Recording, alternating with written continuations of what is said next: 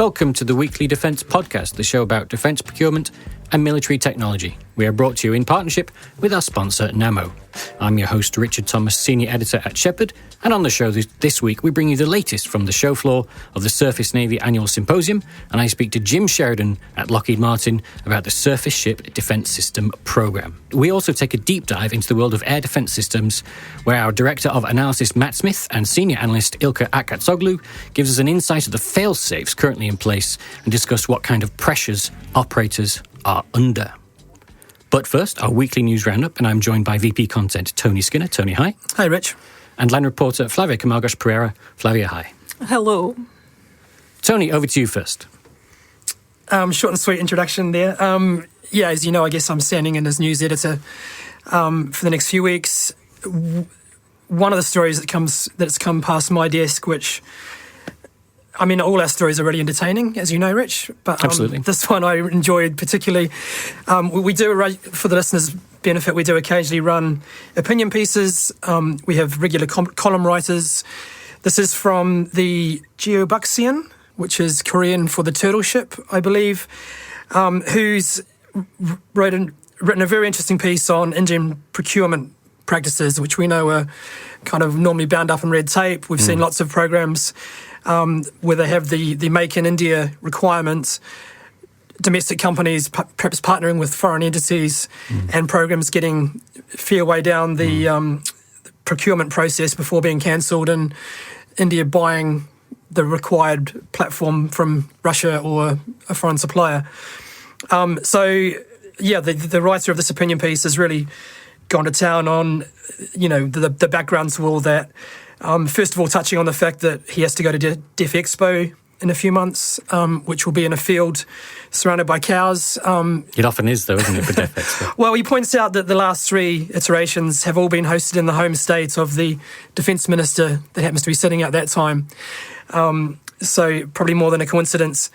I guess the fact that it's, I guess first of all, life for us isn't always staying in the Hilton and getting a taxi to a nice brand new convention centre. But the fact that it is being held in very out of the way places means it's difficult for foreign companies to attend, to sort of show their wares. And then they start asking questions, well, is this kind of worth it? Is this us being at this particular trade show kind of worth the trouble, really? Just sort of further background on that, India obviously has the ambition to become a defence exporter. I mean, that's the point of, I guess, of nurturing its domestic industry. The opinion writer points out that they don't even make the top 25 according to the latest SIPRI data. However, they are the second biggest importer of defence equipment behind Saudi Arabia. Again, most of that is from foreign suppliers rather than, being built domestically. So, couple of great classic examples. The Iron main battle tank, which commenced in 1972, is still not meeting requirements. So they've gone ahead and bought T-90 MBTs from Russia. The Tejas, light combat aircraft, that is getting some aircraft carrier landings sort of happening now, but that was launched way back in 1983. There are some examples where India's defence industry has been able to sort of create good, strong, capable platforms. It just takes them a few decades to do it. Those two examples are not good examples of success, but there are sort of glimmers of hope. But as the opinion writer points out, much of those sort of glimmers of hope come from the private sector. So when private companies are given a chance to sort of compete against sort of state-owned companies, they've often been able to deliver things on time and on budget, which is unusual. I guess, staying on India and potentially treading on your toes, Rich, in the naval sector, we've got a piece from Gordon Arthur, who's our ASPAC editor. He points out that India's top naval leader has said that 7 to 8 Chinese warships, including submarines, are present in the Indian Ocean at any one time. So just that fact alone is forced the Indian MOD to sort of make some changes to their submarine and fighter fleets, or on the submarine and fighter fronts.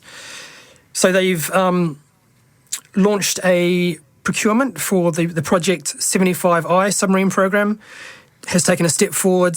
They've down selected to 5 foreign strategic partners and 2 domestic contractors on the 21st of January to kind of move that program forward.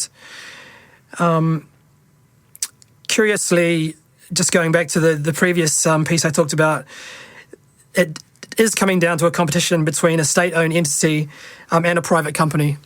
So L&T sort of featured there as well. Although I guess the Indian MOD could potentially select both companies in terms of overseeing the project. Not to run through the 5 foreign suppliers, but kind of the names that you would imagine were on the list. Saab Kockums A26 has been omitted, however, and then Mitsubishi, they expressed interest in competing, but they also didn't appear on the down select of 5. So that's interesting. I mean, obviously India can sort of recognise and see the strategic moves that China's making. China's put an awful lot of financial and political impetus behind making sure its maritime infrastructure in the Indian Ocean region, in Africa, in Sri Lanka and places like that, and in Pakistan, is there for their navy to use. So you can appreciate that India might see China operating in what it might consider its own backyard. It is the Indian Ocean. Totally. And, and just related to that, on the 20th of January, the Indian Air Force stood up a new squadron of SU MKI fighter aircraft. So that's in the southern part of the country, I guess, with these kind of considerations in mind, really.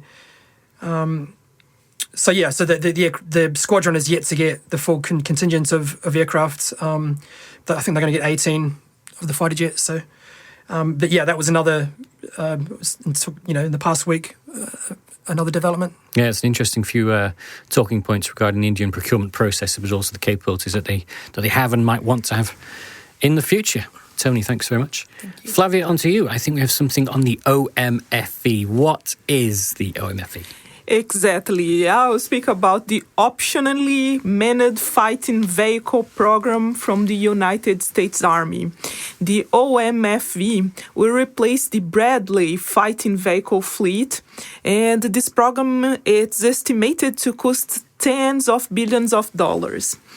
Just to remind, the first unit of the Bradley was equipped in 1983, and around 7,000 Bradley's units were manufactured. The question is, the situation is, the last week, the United States Army has canceled the OMF solicitation. Initially, the Army had intended to select 2 bid samples. However, the U.S. Army canceled the solicitation, terminated the acquisition process after receiving only 1 bid in the competition from General Dynamics Land Systems. Just to remind, 3 companies, they give up the competition, and Raytheon wasn't able to present all the requirements necessarily to the competition. And the fact the U.S. Army has terminated the acquisition process, it doesn't mean the program will stop.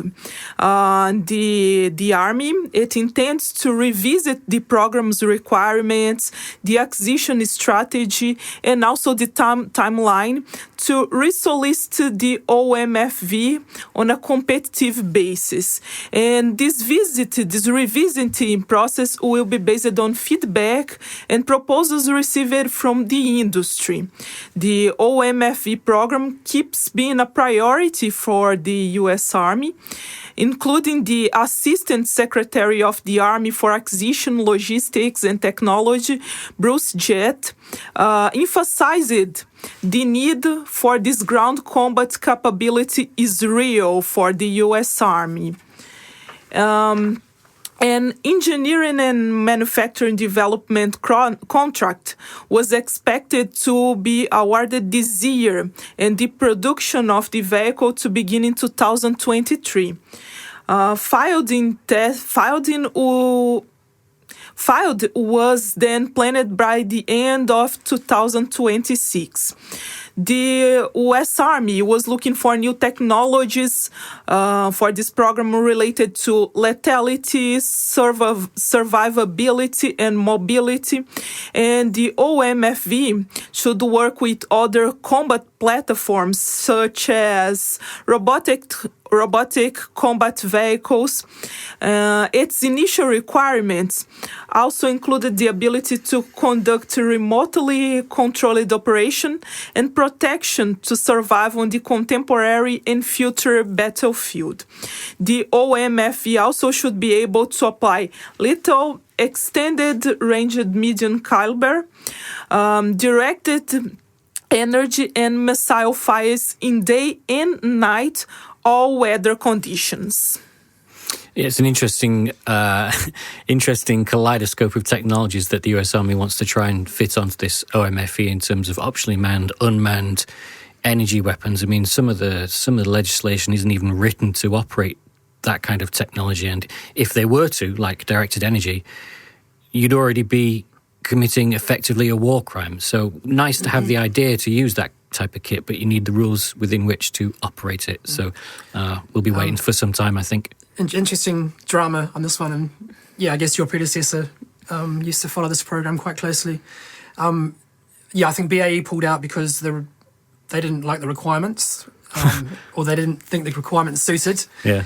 And then, the Raytheon Rheinmetall, the vehicle wasn't able to be delivered on time to meet the US Army's needs. So I guess the US Army taking a bit of a restart on this. Be curious to see if those two contenders then pitch up again. Yeah. Find that they can now compete on time. Yeah, and I think in addition, it was a challenge for industry to present all the requirements in the deadline, following the deadline, because they didn't have much time. Mm-hmm. Interesting stuff, Flavia. Thank you very much. On the seaside, because it's nice to be on the seaside in sort of early January. So we've got, an admission, or at least a tacit acknowledgement by the UK that its fleet of intended 19 surface combatants will drop over the next 10 years. We had a response, a written response to a parliamentary question from Baroness Goldie, who's Minister of State at the MOD, who said on 21st of January that despite its commitment to a surface fleet of at least 19 frigates and destroyers, and the intention to grow the fleet into the 2030s, etc., it is not uncommon to have a planned temporary small fluctuations in overall numbers during the transition from any class of ship or submarine to another. Now, given you've got the LifeX for the Type 23 frigates ongoing, those are really old platforms, in some of them in a serious state of disrepair. One, of course, is laid up as a harbour training ship, and you've got the Type 26s.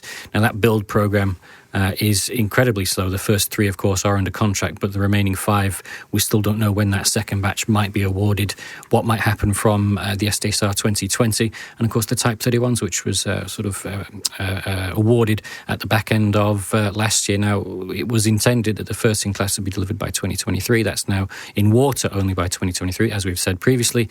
So 2024 onwards is when that class will start to enter service. Now, given that the intended out-of-service date for the Type 23s is from 2023 onwards, obviously it looks like there's going to be a drop in overall numbers. What this means for force readiness, we're not sure. I think it is a case of the Royal Navy's really going to have to think hard about what it wants its fleet to do looking forward over the next 5 and 10 years, and what assets it needs to make that happen. Because having an arbitrary number of 19, although it's not really 19 ready for active service now, having an arbitrary number of ships doesn't equal capability. You've got to man them, you've got to train the personnel, you've got to have the equipment on the ships to make them effective in contested environments. So, I mean, that line that your fleet size may fluctuate seems reasonable on the face of it. I mean, do you buy it, Rich? Is that putting an overly optimistic spin on it, or the fact that we're going to drop potentially below 19 for a number of years, is that kind of a serious capability shortfall? Well, the Defence Insight team, they put together a very interesting graphic, which a lot of it is sort of guesstimation, a bit of foresight there. But it does look like we've got a prolonged period where we're going to formally drop below that 19 surface combatant fleet. I think it drops to about 16 or 17 worst case scenario. But no matter what, the UK should get used to the idea, or the public should get used to the idea that we don't have the numbers that we say we do on paper. The reality is worse. The sooner we come to terms with that, accept it and move on and start trying to rectify some of the huge problems with defence procurement, delays to programmes, the better everyone's going to be for it. And I guess SDSR will possibly shed some light. SDSR is going to shed some light, it's going to shed some fat, it's going to cut whole chunks out of capabilities because there's a massive chunk of funding missing. Now, unless you spend more on defence, and I don't think they're going to increase defence spending that much to accommodate all the programmes, land, sea and air, that all the services want, well, if you can't have more money, then you're going to have to lose some stuff, and I think they're going to lose some stuff. Sad. Thanks, everyone. For more information on all of these stories, links, of course, will be included in the show notes, or you can see the Shephard Media website. Coming up next, as promised, that deep dive with Matt and Ilka into the world of air defence systems.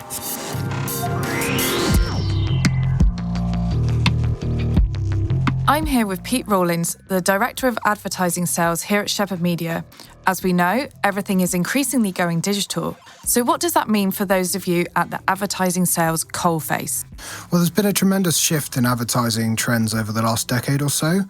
Shephard has seen huge growth of new digital advertising solutions, like outside of regular web banners and email campaigns. This podcast is kind of a prime example. Our clients like the fact that our products provide a targeted advertising platform to niche sectors within aerospace and defence. Shephard's digital solutions also allow us to provide clients with comprehensive analysis. So after any digital delivery, this is pretty crucial for their internal reporting, and it allows them to measure campaign effectiveness as well. From a bigger picture perspective, we do live in an increasingly noisy media environment.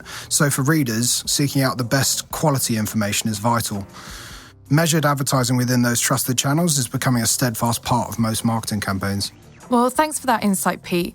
And if you'd like to hear more about how you can take advantage of Shephard Media's advertising platforms, then please do visit the advertising page on the Shephard Media website. Well, welcome, Matt, and welcome, Ilka. Unfortunately, air defence systems have been in the news for all the wrong reasons recently with the shoot down of the passenger jet over Iran. Ilka, from your perspective, you have some experience with air defence systems and how they're operated. What kind of challenges and difficulties do these operators have? First of all, I would like to talk about how the air defence systems work. So firstly, air defense command and control centers, these are usually located in the combined operation centers, receive the all radar information, and then they distribute this to operators. So before this, they analyze the related air traffic, including the civilian air traffic, and then if there's an adversary traffic, they track this in a separate layer.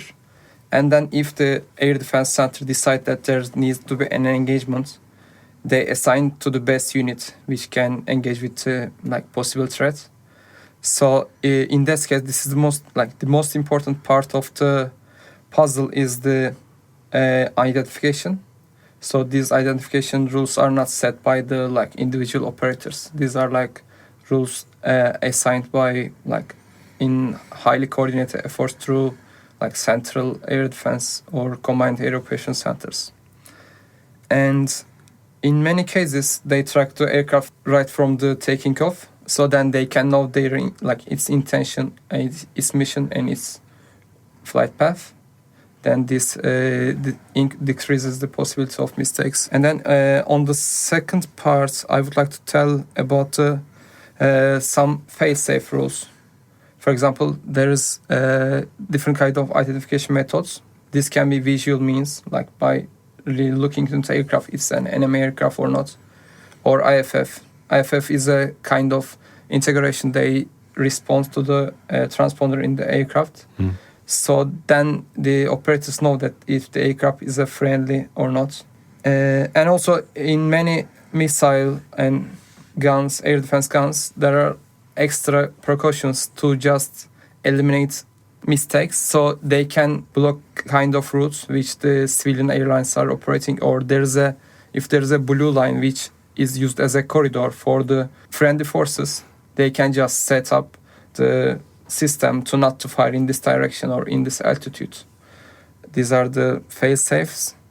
But of course, if there's a intelligence or there's a high alert, these people are working probably 7/24, and then in many cases they are engaging, and then they don't shoot because the air defense operations center give them a notification this is not a adversary aircraft. Mm-hmm. But if the operators are doing this many times, and in some point they are thinking that in some point because of the intelligence there must be like a kind of adversary aircraft or threat, then sometimes this results in the mistakes. There is only one option which the operator can decide to shoot down an aircraft without taking approval from the Combined Air Operations Center if the aircraft or the threat is actually firing them. So in this case, the unit commander can decide to shut down the threat. In any other case, they don't have this right, so they need to have the approval. I mean, the investigation is obviously ongoing. Iran looks like they're going to keep hold of the black boxes and do all the investigative work in Tehran. Matt, on your side, the proliferation of air defence systems and the use of them is something that you've noticed an uptick in. Yeah, absolutely. I mean, I think over the last few years, we've seen a lot of investment, particularly in the sort of medium range to long range sector. And when we were doing analysis, one of the kind of really strong themes that came out of that was that there's this growing perception of threat from things like fourth and fifth generation combat aircraft, in particular, as those kinds of capabilities proliferate. And obviously, sort of ballistic missile technologies in Iran, in North Korea, Russia, and China, and the threat from those kinds of capabilities means that lots of countries are thinking, well, we need to have some way of addressing that threat, and that's where we're seeing the investment. I mean, one of the things that's actually really quite interesting about that higher end segment, if you like, is that it's dominated by a small number of systems, which are very expensive and also extremely political in the way that they're acquired and deployed. So, it's not simply a case of, we have a requirement for air defence and you just go and buy something off the shelf. There's a significant amount of effort around the politics of it as well. And it's also quite a difficult process talking about interdicting a missile, let's say. I mean, the success rate for systems such as Patriot is far from 100%. So it's a very, very difficult science that even now with the technology that companies are able to leverage and countries are able to deploy, it's not even close to being a sure thing that it will be able to intercept a threat. Yeah, no, absolutely. And I think if you look at, the US is always the place to go for the big money activities. And looking at the Missile Defense Agency, they have a budget of around $10 billion a year. Some of that's procurement, but a great big chunk of it is actually just R&D, focusing around how do you improve the capabilities of the Patriot, of the THAAD system, of Aegis. And that money is basically to address the exact problem that you've just described: is how do you become more accurate, particularly when your adversary platforms are becoming increasingly more capable. Yeah, and the threats are also flying at a lot higher altitudes. You've got an SM-6 missile test due this year in 2020, where Raytheon will try and interdict an intercontinental ballistic missile. So you're looking at ground or surface-based air defense systems interdicting a weapon, a threat that's in the upper atmosphere. Yeah. The other thing, as well as there is definitely worth mentioning that although obviously there's a lot of investment going on in terms of the capability of the interceptor and the detection, to go back to what Ilka was saying, in terms of the information flow between the operational centres and the units actually delivering the effect, there's quite a lot of information required that needs to go from one place to another. It needs to be done securely, it needs to be done reliably, so we don't end up with accidents of the kind we saw in Iran. And so there's substantial effort in investing in that kind of network infrastructure as well. Okay, Ilka, can I ask about sort of training of operators of missile defence systems? It's a very high-pressure job, and they have to make decisions very, very quickly, or they have to refer to their sort of higher-ups to make those decisions quickly. What sort of training is given to these operators, and how much pressure are they under when they've got lots of different threats lighting up on their radars? How are they able, I think, to distinguish quickly that this is a threat or this isn't a threat, and then react accordingly? If you take the average speed of the fighter jet as 600 meter per second, it means that the aircraft can fly in 10 seconds 6 kilometers, which is above the manpads. So the operator, if you are operating a manpad air defense system, it means that you have less than 10 seconds to engage with an aircraft if it's assigned to your engagement. So it means that there is a lot of going on to the training site. So the operators are starting from the simulation training and going to the AFF interrogation with the real aircraft in the real situations before crises appear.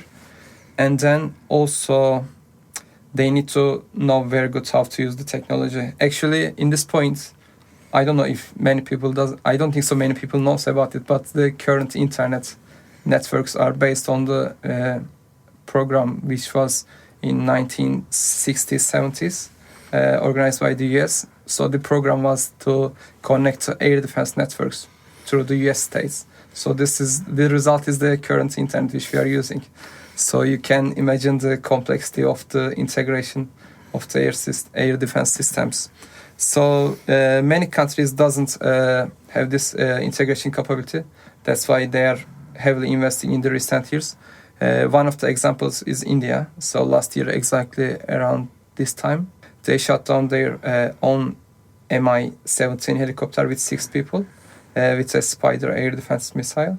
So after the investigation, they decide they need to invest in the integrated air defense network. So that's why many countries are now heavily investing in this platforms. As you both said, it's all well and good having the system able to shoot down a potential threat, but without the information and being able to disseminate that information to the relevant parties, then mistakes can happen, clearly. Absolutely.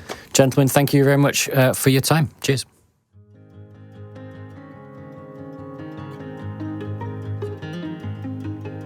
The history of the helicopter is the story of a few key individuals that were able to overcome the technical challenges that made vertical flight possible.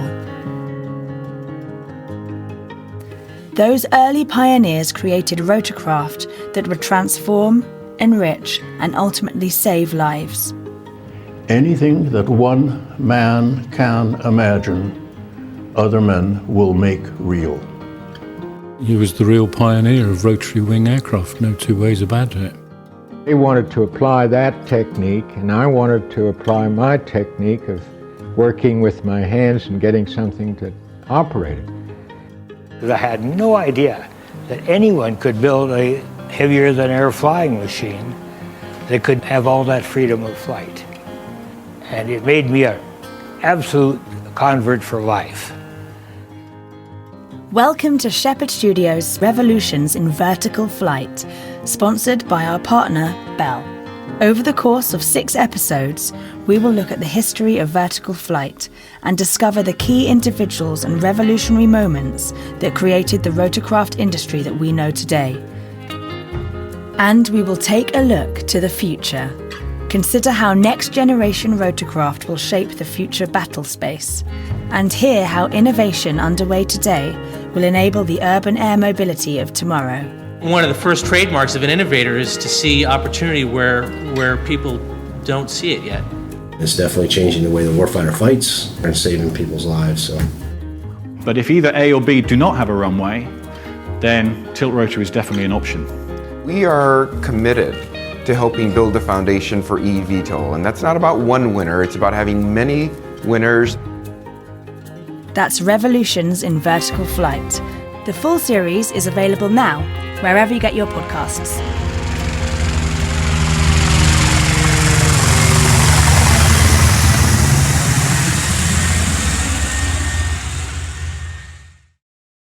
So Richard and I have switched seats, and we've put Richard in the hot seat to find out about his trip to Washington, D.C. last week.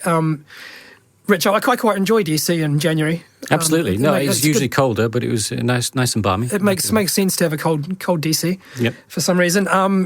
Surface Navy Association, it's their main show of the year. From a sort of naval reporting perspective, I mean, why is that show important? Well, it's crucial. It's an early start to the show season for all the naval bods out there, but it's an opportunity for the Navy to make their case at sort of the back end of a financial year, particularly with this one that's ongoing. The Navy's going to have to make a very good case to get the funding it believes it needs, because the funding at the moment is broadly split in thirds between the three services. Now, the US Navy back in the Cold War days had a 38% share of the budget, and it's down to about 33% now. And the new CNO was very keen that even a single percentage increase from the budget would give about $7 billion extra for shipbuilding programs. So they're after some more money, that's without a doubt. I guess whenever you talk figures in a US context, it's kind of mind-boggling. What they have talked about a ship level of 360 seems to be the baseline. I mean, is that still kind of the ambition, or has that kind of changed somewhat? You almost get different answers depending on how you ask the question. That's generally the ambition, is to get 355 ships plus unmanned. This is what the new CNO said, is that we thought, would the 355 number include unmanned platforms like the MUSV or the LUSV or not? So it looks like, no, that it will be specifically manned ships plus an unmanned capability to be determined. And in terms of the news that came out of the week, what are your sort of headlines? Well, I mean, I've got some few interesting insights on the LCS program, the carriers, and the Flight 3 Arleigh Burkes. Just to run through them quickly, they're only small facts and figures. So David Larter over at Defence News reports that the LCS will be getting a common brain in the Combats 21 CMS from Lockheed Martin. It's also interesting that there are some noises, some sort of informal discussions taking place that does the LCS in fact need a common radar system. Now, of course, the two variants, the Freedom and the Independence class, is split between a Saab for one and Hensoldt for the other.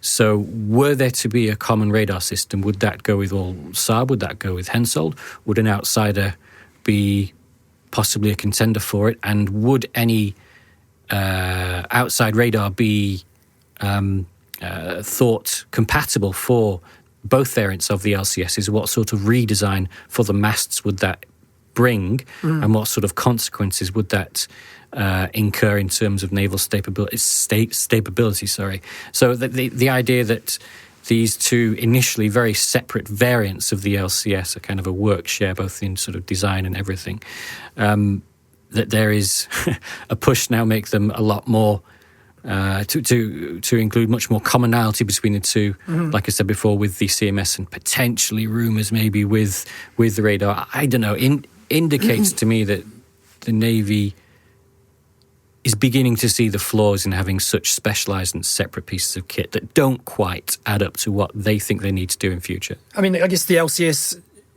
is not delivering what proponents of that program promised it would. Sort of a decade or so ago. It isn't. Now, the ships are being upgraded with increased lethality, with the Naval Strike Missile, of course, and there's all the ongoing packages of work to add mission packages, such as the Unmanned Influence Surface Sweep. That sort of moved on from just a surface sweep to a neutralised mine to a mine detection and neutralisation system.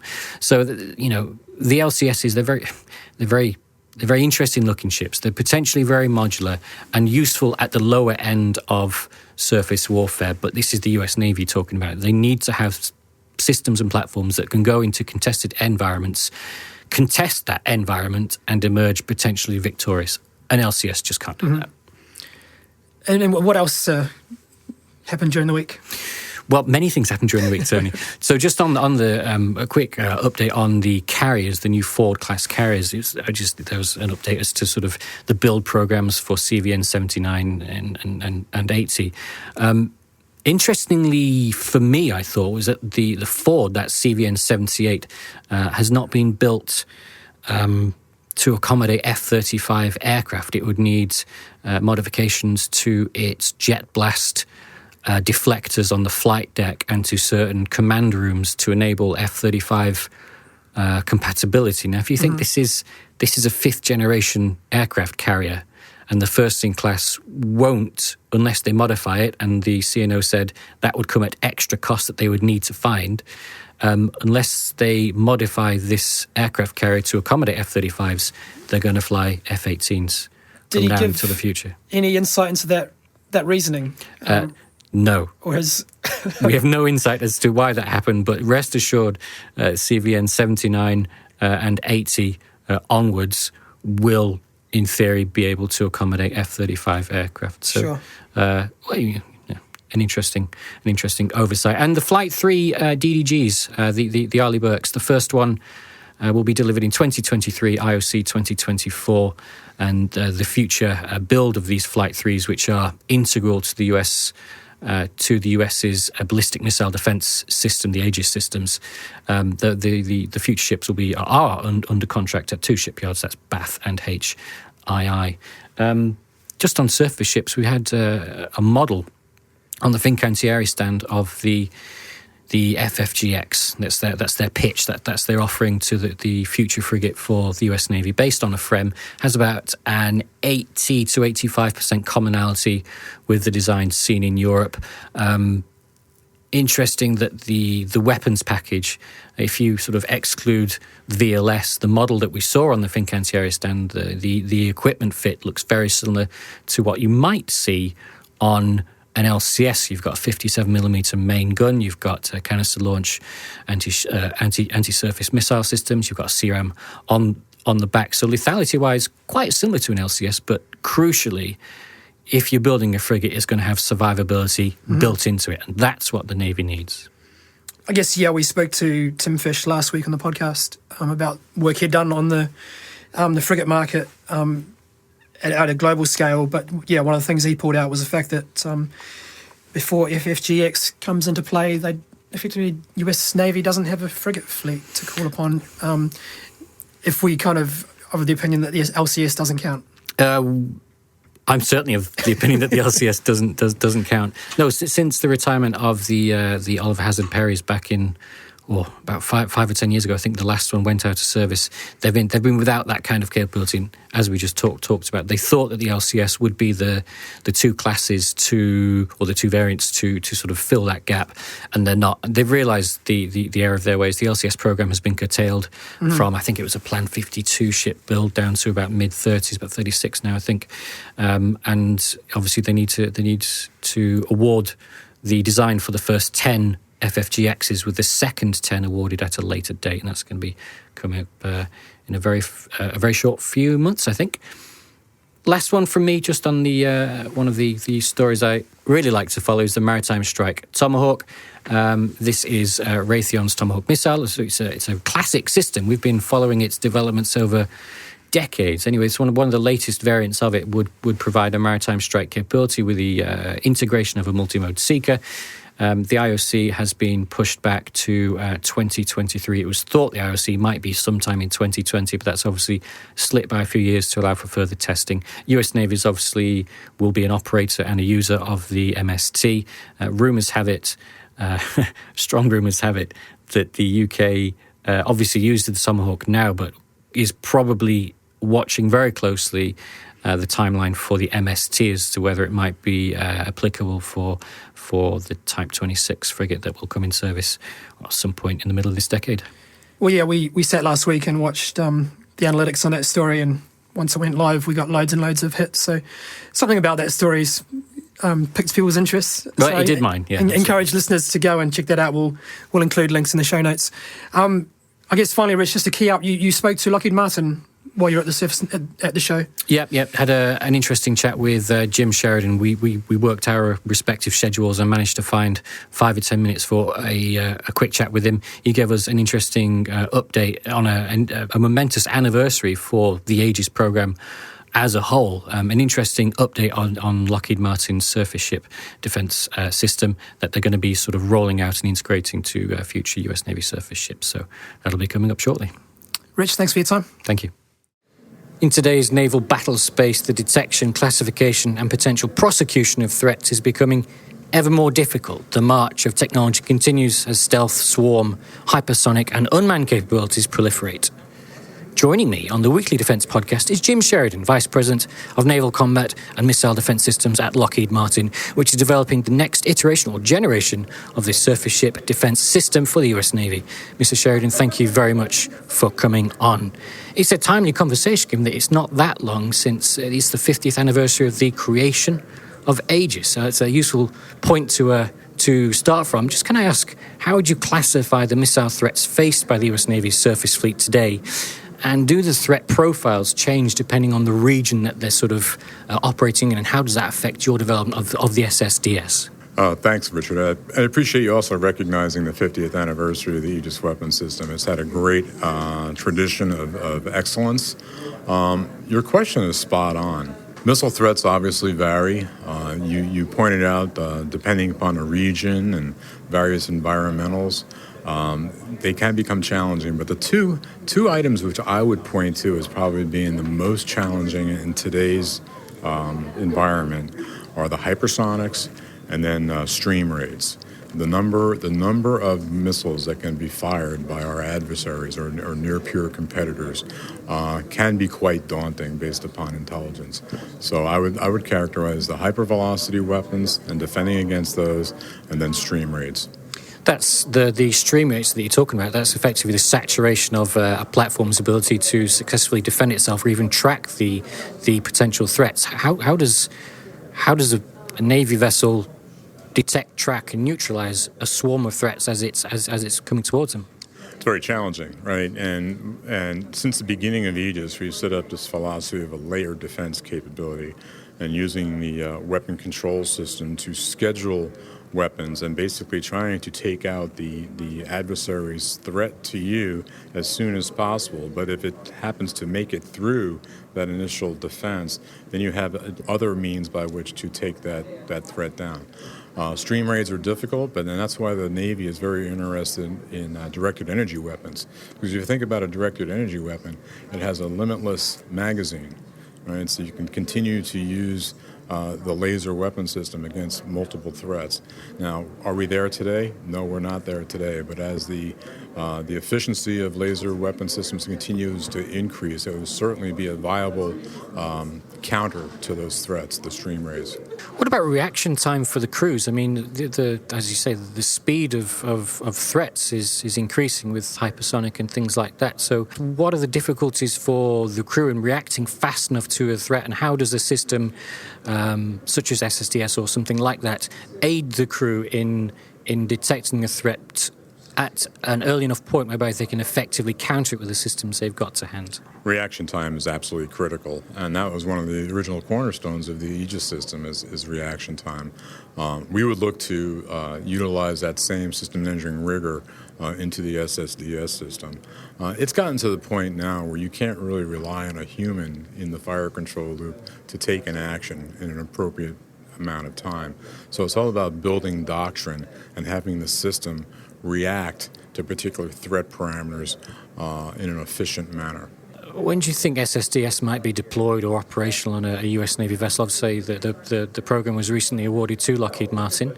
There's an awful lot of work to do, but what sort of timelines are you working towards and we might see in the next sort of 12 to 18 months? Well, we're actually looking at making our first incremental delivery this summer, and that'll be the advanced training domain, and we'll be making the delivery of that this summer, and it could probably be deployed immediately after receiving that. Just finally, just to conclude, obviously these systems that you're developing are at the cutting edge of what technology is capable of doing. But one of the problems that the current generation and future generations have is being able to upgrade a system at the point of need. And an operator maybe doesn't have the luxury in waiting until the next midlife upgrade before the system gets the upgrade that they need at that point in time. So how's Lockheed Martin working to provide those upgrades when the operator needs them, rather than leaving them to wait 1, 2, 3, 4 years down the line, at which point it's already too late? right? We continuously look for means by which we can deliver additional capability through software changes as opposed to infrastructure changes. And and infrastructure is becoming like a commodity now, and so long as you put an infrastructure in that is robust enough to grow with the system, we're getting pretty close there where things are pretty much hardware independent, and that's been a testament to our open architecture and been able to develop systems that we can continue to field on infrastructure that may be a little bit older, but on a periodic basis, maybe as soon as every year, giving increased capability to these ships throughout their lifetime. Does this sort of leverage the common source library that Lockheed Martin has as well? Is that part and parcel of it? Absolutely. That's instrumental to it. And we continue to build capability into that common source library and fielding it to these various platforms for ships based upon their mission sets, their equipment configuration, and the requirements that the customer has for those ships. Mr. Sheridan, thank you very much for your time. Thank you very much, Richard. I enjoyed talking to you. This episode of the Weekly Defence Podcast was brought to you in partnership with our sponsor, Namo. As always, a big thanks to everyone that took the time in being a part of the episode. And for our listeners, make sure you like and subscribe, leave a review on iTunes, and tell a friend or a colleague about the podcast. Until next week, thanks for listening.